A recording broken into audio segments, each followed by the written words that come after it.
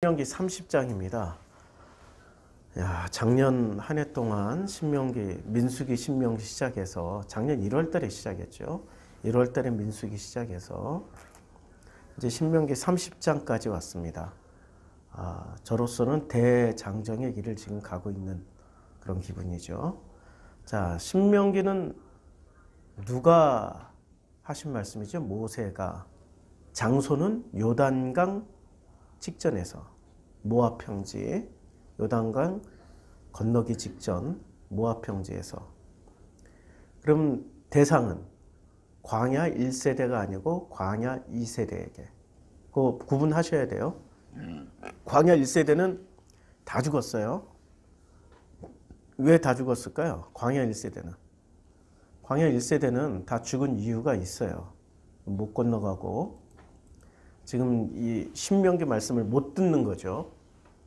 자, 이 14장에 보면은 그 땅을 여호와께서 이제 민수기 14장이에요. 민수기 14장에서 여호와께서 말씀하십니다. 여호와께서 모세에게 이르시되 이 백성이 어느 때까지 나를 멸시하겠느냐. 그러니까 누가 누구를 멸시하는 거예요? 백성이 여호와 하나님을 멸시해요. 근데 백성이 실제로 멸시한 적이 있나요? 없어요. 그냥 이 사건을 보면은 멸시한 게 아니에요. 원망한 거예요, 원망. 아니, 우리를 왜 잘 살고 있던 애굽 땅에서 꺼내서 거인들이 살고 있는, 네피림들이 살고 있는 가나안 땅에 집어넣고 우리를 다 죽이려고 하십니까? 라고 원망을 하는 거예요. 그리고 온 백성이 어떻게 했냐면 온 회중이 소리 높여 부르짖으며 백성이 밤새 통곡하고 이스라엘 자손이 다 모세와 아론을 원망하고. 하나님 원망했어요? 아니면 모세 아론은 원망했어요? 모세 아론은 원망했죠. 그들에게 이르되 우리가 애굽 땅에서 죽었거니 이 광야에서 죽었으면 좋았을 것을 어찌하여 여호와가 우리를 그 땅으로 인도하여 칼에 쓰러지게 하려는가. 이제 여호와가 우리를 인도해서 다 죽게 만든다 이거지. 다 죽게 만든다. 우리 처자가 사로잡히리니 애굽으로 돌아가는 것이 낫지 아니하냐. 이런 말을 하는 거예요. 그래서 이에 서로 말하되 우리가 한 지휘관을 세우고 애굽으로 돌아가자. 한 지휘관이 누구예요?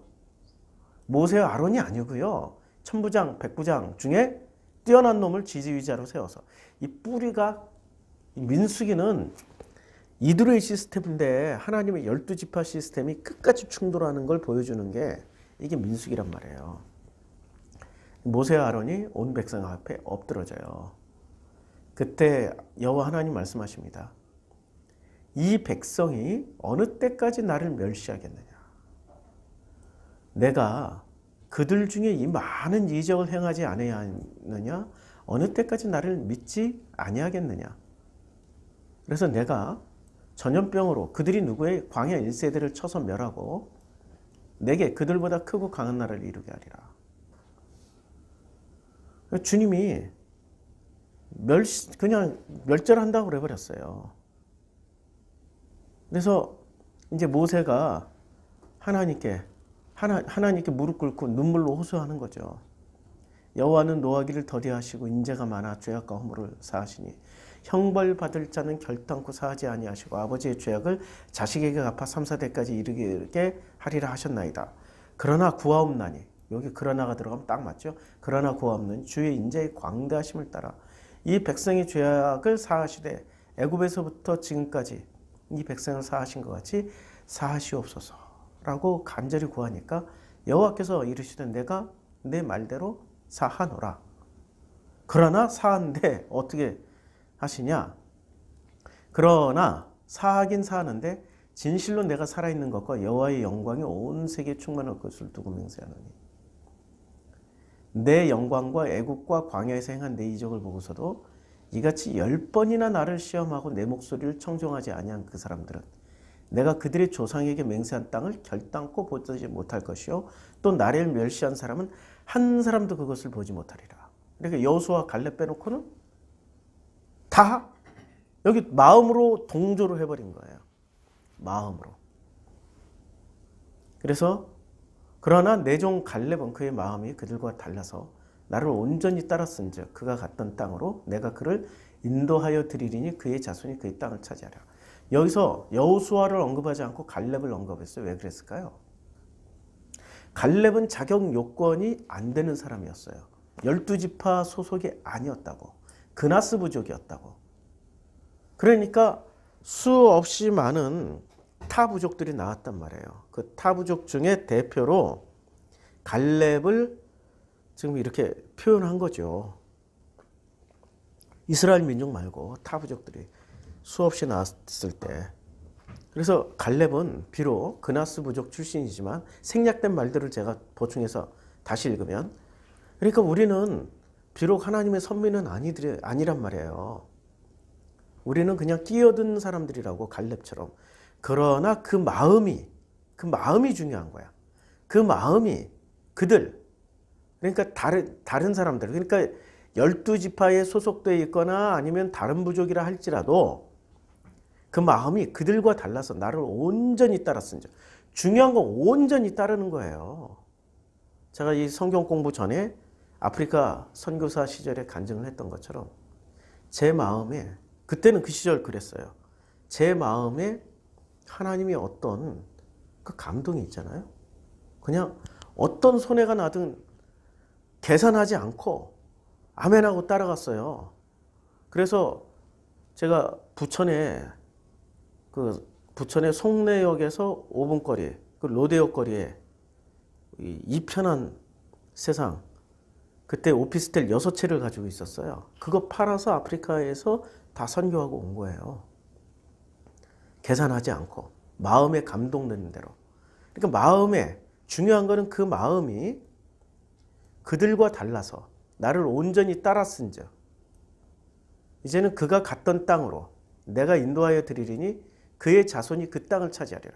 결국엔 그의 자손, 갈렙이 차지했던 그 헤브론 땅이 결국에는 이스라엘의 중심 지역이 됐잖아요. 그냥 봐도 그 땅으로만 해도. 그리고 갈렙의 이 땅을 마음으로 읽으면, 구약성경의 땅을 마음으로 읽으면 된다고 그랬잖아요. 갈렙의 마음으로, 땅이 갈렙의 마음으로, 이제는 그 마음으로 내가 그를 인도하여 드리리니 그의 자손이 그 마음을 계속 차지하게 되는 거예요. 성경의 창세기부터 계시록까지는 마음을 차지하는 내용이에요. 하나님의 마음을 가지느냐 아니면 하나님이 싫어하는 마음을 가지느냐, 그거밖에 없어요. 아말렉인과 가나안이 골짜기에 거주하나니 너희는 내일 들켜 홍해 길을 따라 광야로 갈지니라.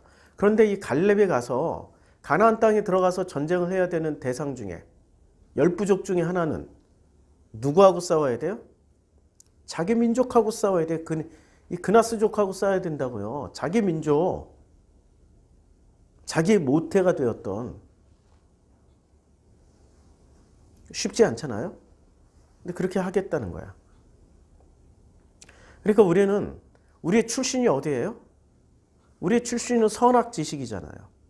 그럼 갈렙처럼 아버지 하나님의 마음을 품게 되면은 우리는 누구랑 싸우러 들어가는 거예요?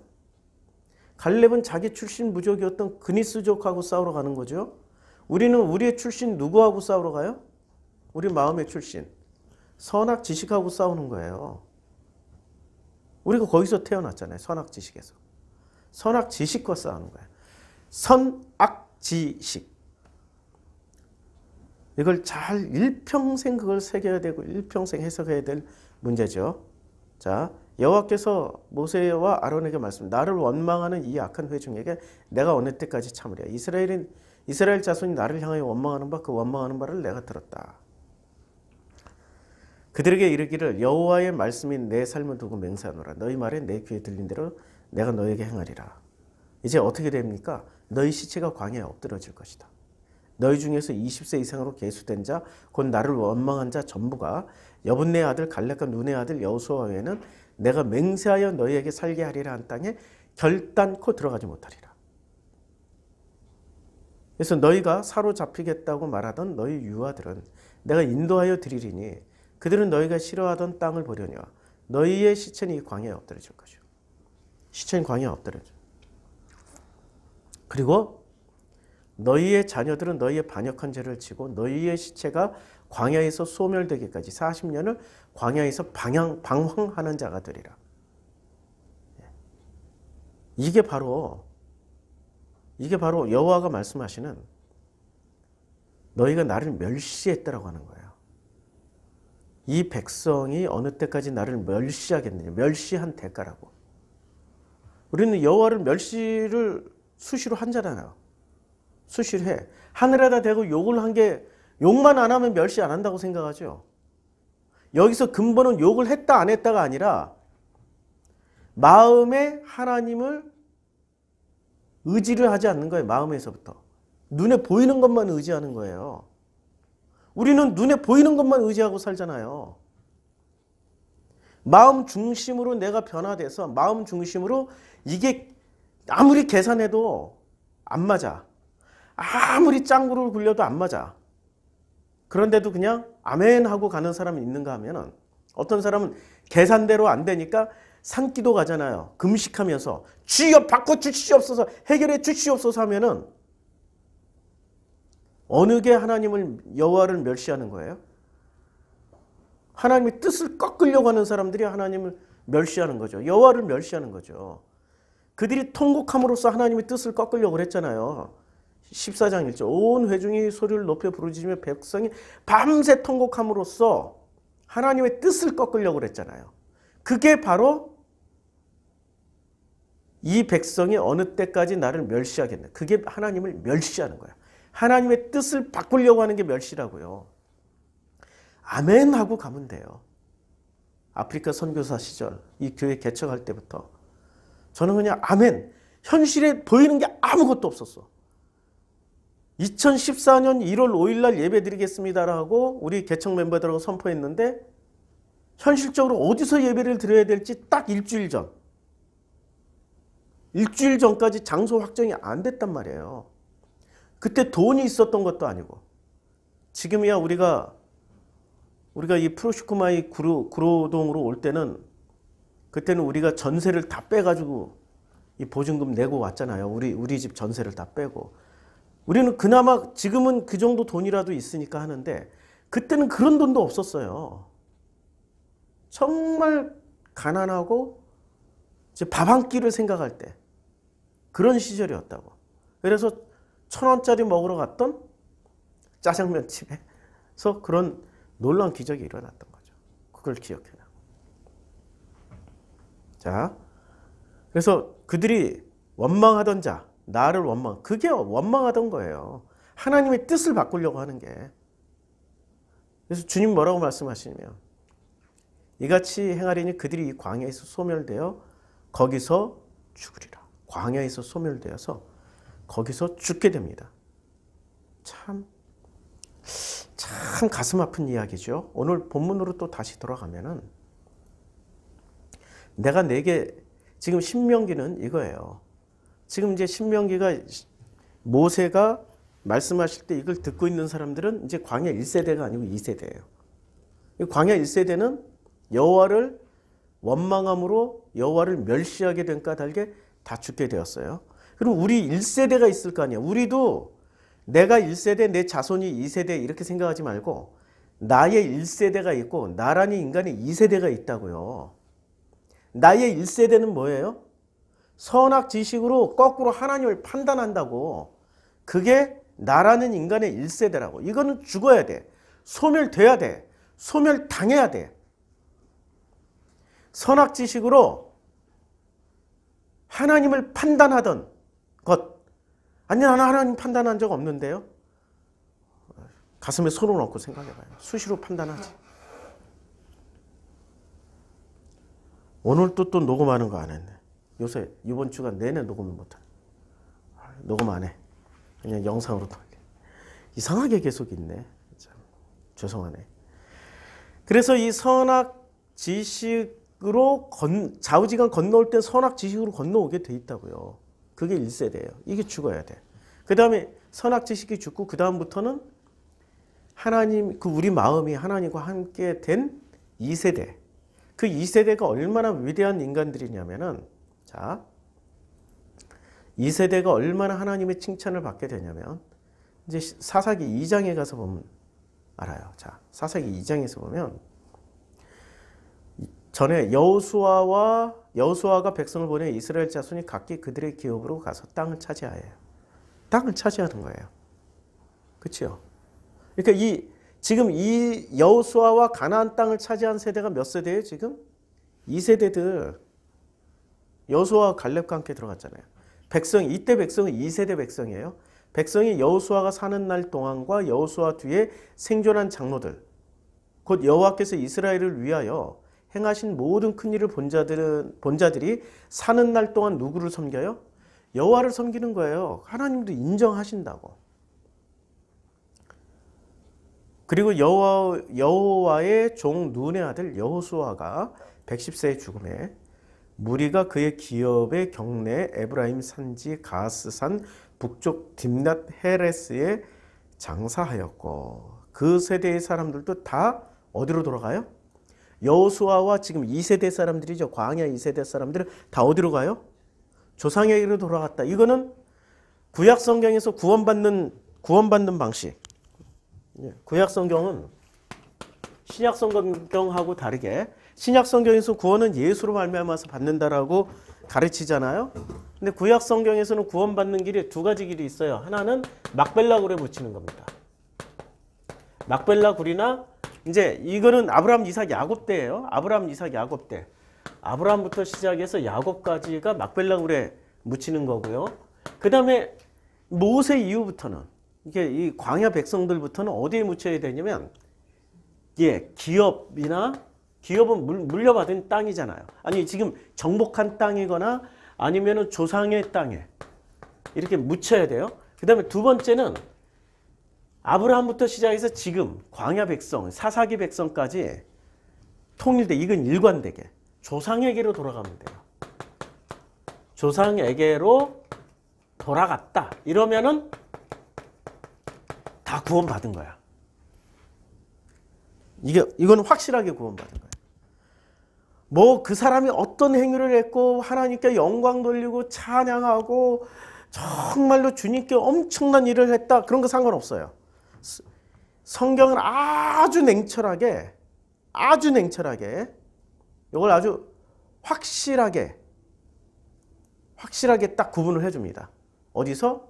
민수기 20장에서 확실하게 보여줘요.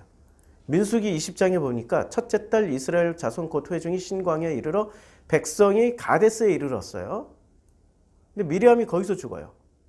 가데스라는 단어가 무슨 거룩하다 뭐 이런 뜻을 가지고 있다고 누가 말씀하시는데, 거룩한 장소에서 죽었다고 거룩해지는 게 아니에요. 근데 죽음에 거기에 그냥 장사됐어.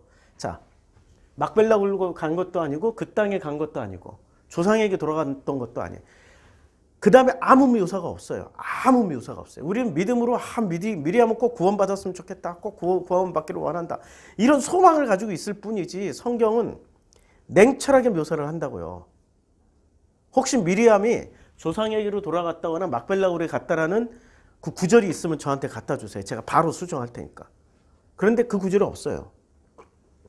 자, 그리고 바로 회중이 물이 없으므로 모세와 아론에게 모여들어요. 근데 물이 어디에 없어요? 가데스에 물이 없는 거예요. 거룩하지만 물이 없는 거야. 거룩하지만 물이 없는 거라니까. 그래서 이제 자, 마실 물도 없도다. 석류도 없고 무화과도 없고 이 장소가 이 나쁜 곳. 가데스가 어떤 곳이냐고. 이 나쁜 곳이라고 그런 거예요, 지금. 이 나쁜 곳으로 인도하였느냐. 이곳에는 파종할 곳이 없고 무화과도 없고 포도도 없고 석류도 없고 마실 물도 없다. 그때 모세와 아론이 회중 앞을 떠나 회막문에 이르러 엎드렸는데 여호와의 영광이 그들에게 나타나며 여호와께서 모세에게 말씀하여 이르시되, 야, 지팡이를 가지고 내 형 아론과 함께 회중을 모으고 그들의 목전에서 너희는 반석의 명령 물을 내라 하라. 내가 그 반석물을 내게 하여 회중과 그들의 짐승에게 마시게 할지니라. 지팡이를 잡고.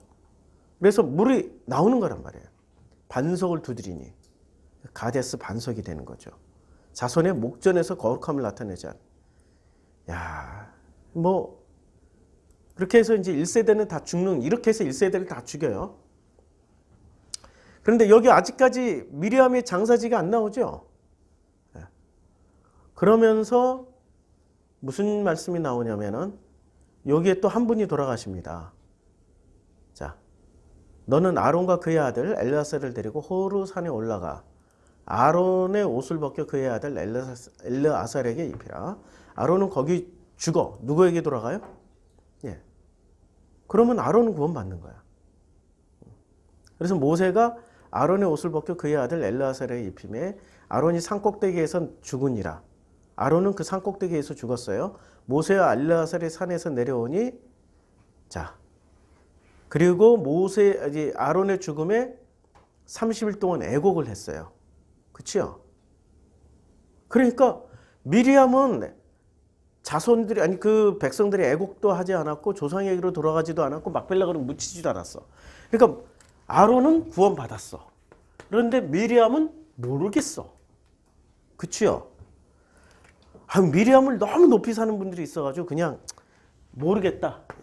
근데 성경 구절로 보면 아시겠죠. 자, 그러니까 지금 구약에서는 구원받는 길이 딱 정해져 있단 말이에요. 어디로 가야 돼요? 구원받는 길이 그 땅에 묻히거나 아니면은 조상에게로 돌아가야 되는 거예요. 자, 눈의 아들 여호수아가 110세에 묻혔고 이제 그의 기업의 경내에 묻힌 거예요. 그러니까 여호수아는 확실히 구원받았어요. 광야 이후에는 기업의 경내에 묻혔으니까 조상의 땅에 지금은 기업을 받은 거야 여호수아는. 근데 여호수아의 후손들은 기업이 아니라 조상의 땅이 되는 거죠. 여호수아의 땅에 묻히니까. 그렇죠?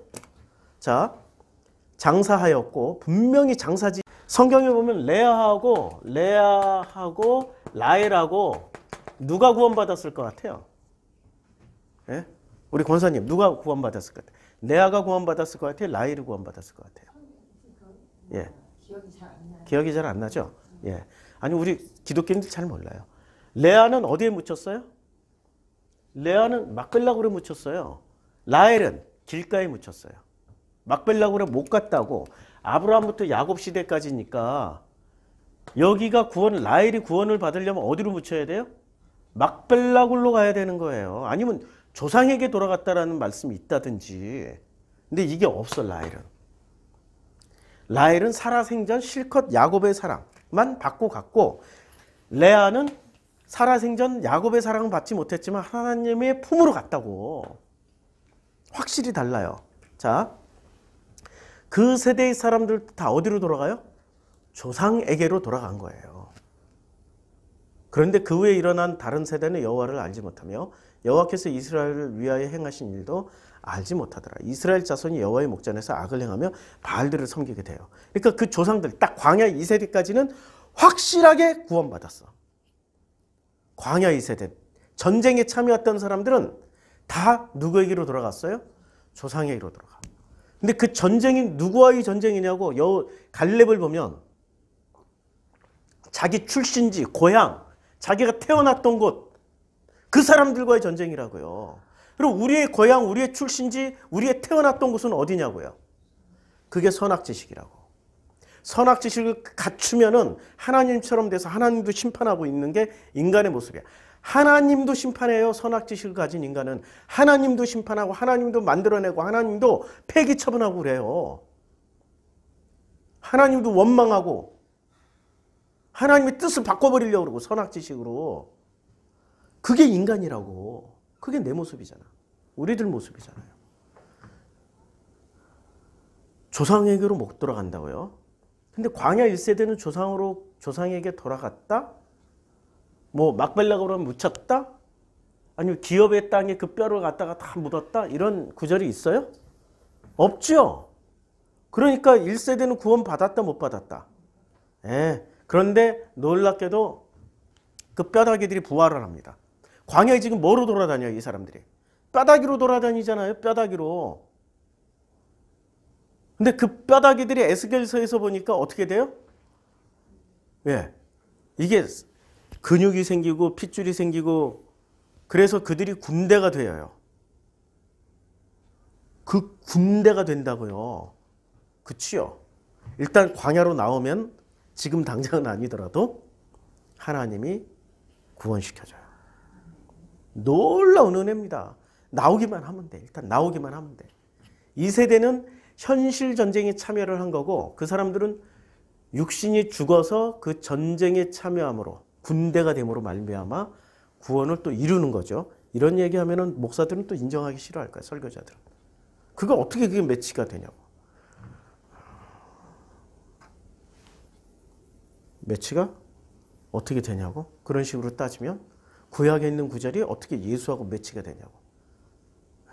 그런 식으로 따질 수밖에 없는 거죠. 자, 다 그 조상 얘기로 돌아갔습니다. 그래서 신명기 30장 1절 하기 전에 배경 설명한 거예요. 내가 내게 진술한 모든 복과 저주가. 복과 저주는 뭐예요? 어디서 이루어져요? 우리 마음이 바뀌면 돼.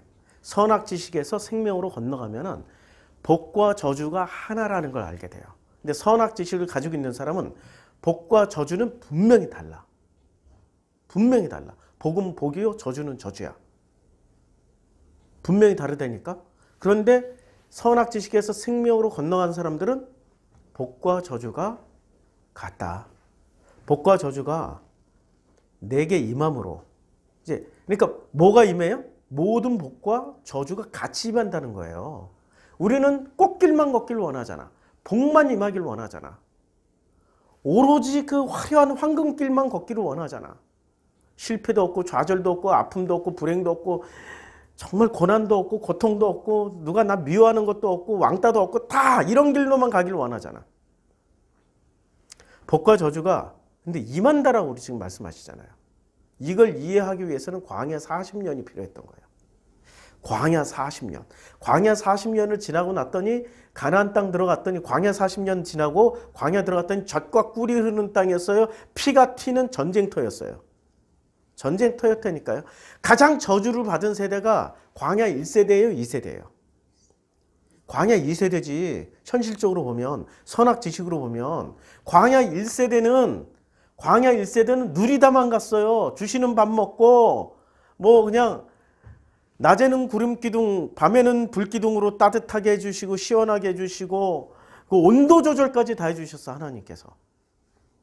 1세대는 그러다가 그냥 돌아가신 거고 2세대는 무엇을 했어요? 요단강 건너자마자 전쟁을 시작한 거예요. 전쟁하는데 내 형제가 죽고 내 자매가 죽고 내 자녀가 죽고 내 부모가 죽는 것들을 계속 목전에서 경험하는 세대라고. 이게 어디 복이냐고. 근데 광야에서 복과 저주가 하나라는 것을 깨달은 사람들 그게 복이라고. 그게 복이라고. 그래서 창세기에 보면은 창세기에 안식이 나오잖아요. 창세기 안식에 보면 자 하나님이 지으시던 일이 일곱째 날에 이를 때에 마치니 그 지으시던 일이 다음으로 일곱째 날에 안식하시니라. 이렇게 창세기 1장 2절이 나오네. 왜? 1장 1절로. 자, 창세기 1장 1절에 천지와 만물이 다 이루어져요. 자, 천지 하샴마인과 만물이 콜 짜바. 이 짜바가 만물이라고 번역했잖아요. 여기 박스 안에 물이라고 되어 있죠. 만물, 천지 이렇게 되어 있는데 이 물이라고 번역한 짜바를 보면은 창세기 2장 1절만 만물로 번역을 했어요. 나머지 전부 다 뭐라고 번역을 해요? 군대, 창세기 내에서도 군대, 창세기 26장 군대, 출애굽기 군대, 출애굽기 12장 17절 군대 전부 뭐로 지금 번역해요? 군대, 싸움. 짜바는 그 이후로 만물로 번역된 적이 없어요. 전부 다 전쟁, 싸움, 군대로 다 번역돼요. 유일하게 창세기 2장 1절만 만물로 번역이 된 거예요. 그러니까 실제로 만물로 번역하면 안 돼. 하늘과 땅 사이의 모든 전쟁이 다 이루어지니라 라고 번역을 해야 돼. 그런데 신학자들이 이걸 이해를 못하는 거야. 이거 어떻게 전쟁으로 번역하지? 아, 전쟁이 아니고 하늘과 땅 사이에 그냥 이 사람들의 머릿속에는 수준이 좀 안 올라왔기 때문에 하나님의 크고 높은 비밀을 모르기 때문에 이분들은 그냥 만물로 번역해버린 거야. 하늘, 땅, 동물, 짐승 이런 걸 만물로 봐버린 거야. 짜봐 전쟁으로 번역을 하기가 무서웠던 거예요. 싸움으로 번역하기가 무서웠던 거예요. 군대로 번역하기 무서웠던 거예요. 유일하게 여기만 이렇게 예외적인 법칙이 사용됐다니까. 이 짜바라는 용어가. 그러니까 만물이 아니라 다시 번역하면 하늘과 하샴마임 예레츠 하샴마임과 예레츠 하늘과 땅 사이에 모든 콜이 모든이에요. 모든 짜바 전쟁이 다 혹은 군대가 다 만들어졌어. 다 완성됐다. 다 마쳤다. 여기 이룬이라가 2장 2절에 가서는 마쳤다라고 나오죠. 예, 카라가 마쳤다. 이루었다. 완성이 됐다. 성취가 됐다. 이 말입니다. 그러니까 광야 40년의 결과물이 어디 가서 성취되는 거예요? 가나안 땅 정복 전쟁 들어갈 때 전쟁 과정에서 성취되는 거예요. 전쟁 과정에서. 그래서 신명기 30장 1절에서 다시 요약하고 들어가는 거야. 내게 진술한 모든 복과 저주가 만약에 우리가 마음이 안 바뀌고 생각이 안 바뀌면은 들어가서 전쟁할 때마다 피가 터지고 사람이 죽고 부모가 죽고 형제가 죽고 자기 자녀들이 죽는 모습 속에서 이걸 복이라고 생각할 사람이 누가 있어요?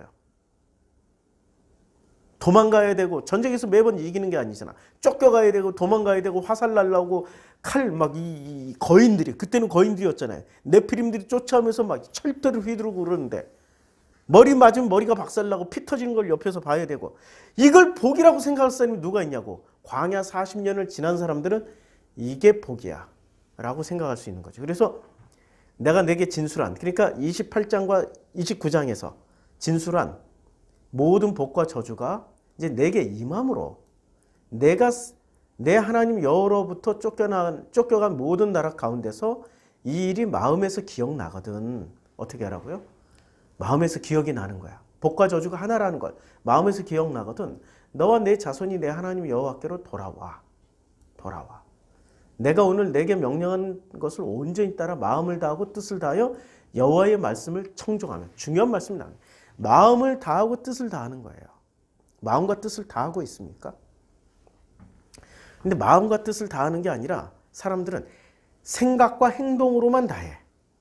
그건 달라. 마음과 뜻하고 생각과 행동 완전히 달라.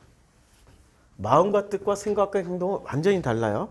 자, 한 번 더. 물이 많아서 오늘은 물칠을 내가 했는데도 물 조절에 실패를 했어요. 걸레를 한 번 더.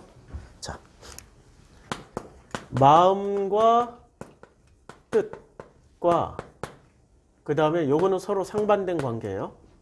생각과 행동은 완전히 다른 거예요. 마음과 뜻은 속일 수 있어요? 마음에서 나온 뜻은 속일 수가 없다고. 마음은 못 속여. 마음을 못 속인다는 게 너는 일평생 유리하는 자가 되어서 방황하리라. 그러니까 땅에서 유리하고 방황하면 숨을 데가 있다고. 땅은 어디든지 동굴 속에 숨든지 어디든지 지하실을 파고 들어가든지 땅에서 숨을 데가 있는데 마음에서는 숨을 데가 없다고요. 마음은 숨길 데가 없어. 다른 사람은 다 숨길 수 있어도 자기 자신은 못 속여. 그게 마음이라고. 모르지. 아래로 거듭나신 패스들은 마음을 잘 숨기지. 그분들은 마음이 중심이 아니라 생각과 행동이 중심이니까. 그분들의 패스들은 계산과 행동만 가지고 살아요. 마음으로 살지 않는다고. 자, 마음과 뜻은 속일 수가 없는데 생각과 행동은 속일 수 있어요. 행동은 얼마든지 속일 수 있다고.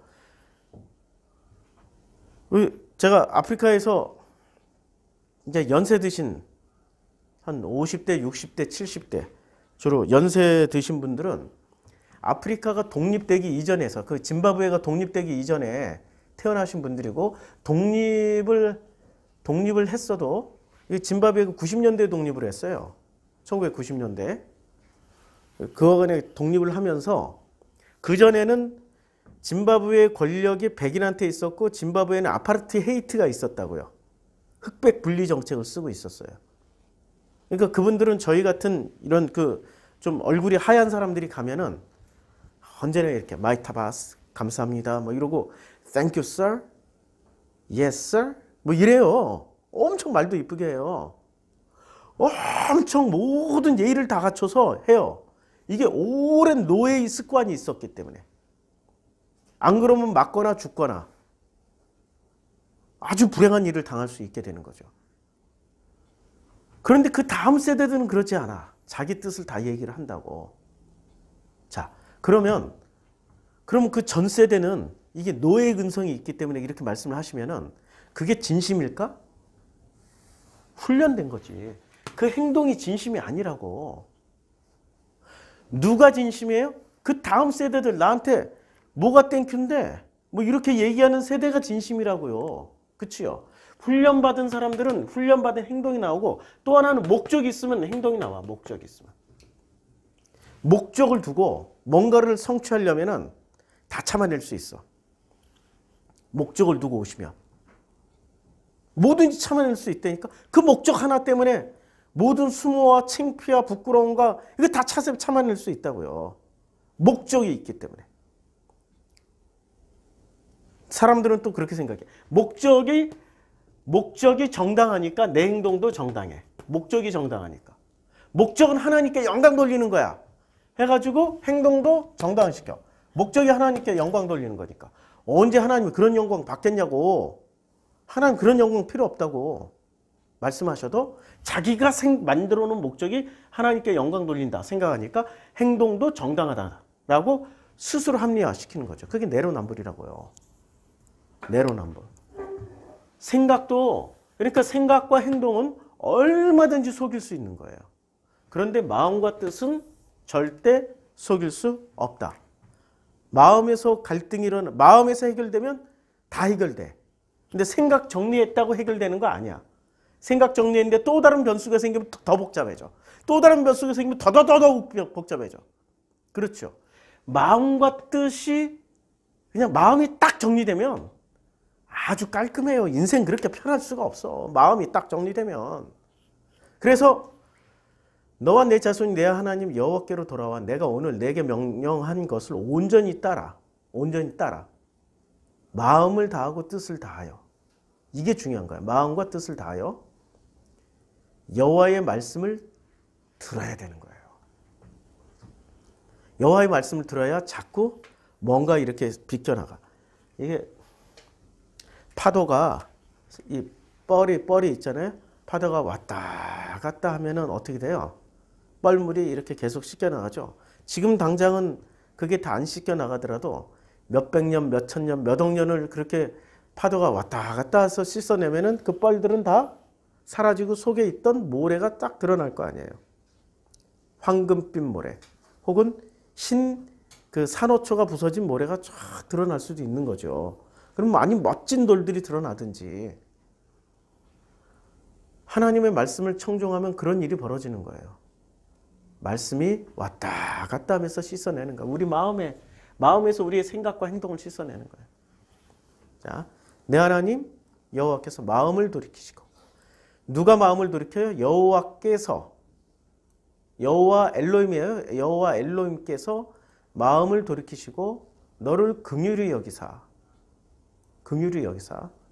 포로에서 돌아오게 하시되 내 하나님 여호와께서 흩으신 그 모든 백성 중에서 너를 모으시리니. 포로가 뭐예요? 이게 포로가 우리 선하게 포로였잖아요. 종교의 포로였잖아요. 예. 다 모으시리니 내 쫓겨간 자들이 하늘에 가 있을지라도 내 하나님 여호와께서 거기서 너를 모으실 것이며 거기서부터 너를 이끄시고. 왜? 땅에 안 가 있고 땅속 하데스에 안 가 있고 하늘에 가 있을까? 쫓겨간 자들이. 마음만 바뀌면 스스로 하늘에 누가 가 있어요? 하늘에 가 있는 사람들이. 스스로 하나님에 대해서 하늘에 가 있는 사람들이 누굴까? 선악지식으로 눈을 뜨고 다 알았다고 하는 사람들. 그래도 하나님이 거기서부터 너를 이끄실 것이다. 참. 그러니까 아까 그 광야에 뼈다귀로 굴러다니는 사람들을 결국엔 다 불러 모으시죠. 하나님 이런 말씀 보시면 그래서 에스겔에서 그 마른 뼈들의 환상을 보여주신 거예요. 그래서 내 하나님 여호와께서 너를 내 조상들이 차지한 땅으로 돌아오게 하사 내게 다시 그것을 차지하게 하실 것이며 여호와께서 또 내게 선을 행하사 너를 내 조상들보다 더 번성하게 하실 것이다. 이거는 긍휼히 여기사 포로 이게 진짜 포로기를 말씀하신 거라면 와 벌써 몇천 년 전에 다 예언을 하신 거고 이 포로라는 게 선악 지식의 포로거나 종교의 포로로도 해석할 수도 있고 여지가 많은 해석이에요. 예. 자 여기까지 5절까지 번성하게 하신다고 그랬어요. 내 조상들보다 더 번성한다. 성경에는 조상들이 기준이에요. 이것을 어떻게 할 수 있냐면 열왕기상 하에 가면은 모든 기준이 누구가 돼요? 다윗이 되는 거죠. 내 종 다윗만도 못하더라. 내 종 다윗과 같지 아니하더라. 내 종 다윗과 같지 아니하더라. 이런 비교처럼 조상들에게 비교를 하는데 그 조상들이 누구일까요? 우리에게 조상은 아브라함일까요? 아담일까요? 예수일까요? 예수죠, 예수. 예수로 말미암아서 예수의 족보에 들어가는 순간 구약 성경에 아담부터 시작해서 그 모든 조상들이 다 회복되는 거예요. 그리고 아담의 아버지는 누구예요? 하나님이시잖아요. 다 회복받는 거예요. 놀라운 거죠. 근데 그들보다도 더 번성하게 돼. 어디서? 이 땅에서와 오는 세상에서도. 믿어지십니까? 믿어지셔야 돼. 어디서? 마음에서. 생각으로 믿지 말고. 마음에서 그냥 아멘 하면 돼요. 아멘. 자, 기도하겠습니다. 오늘은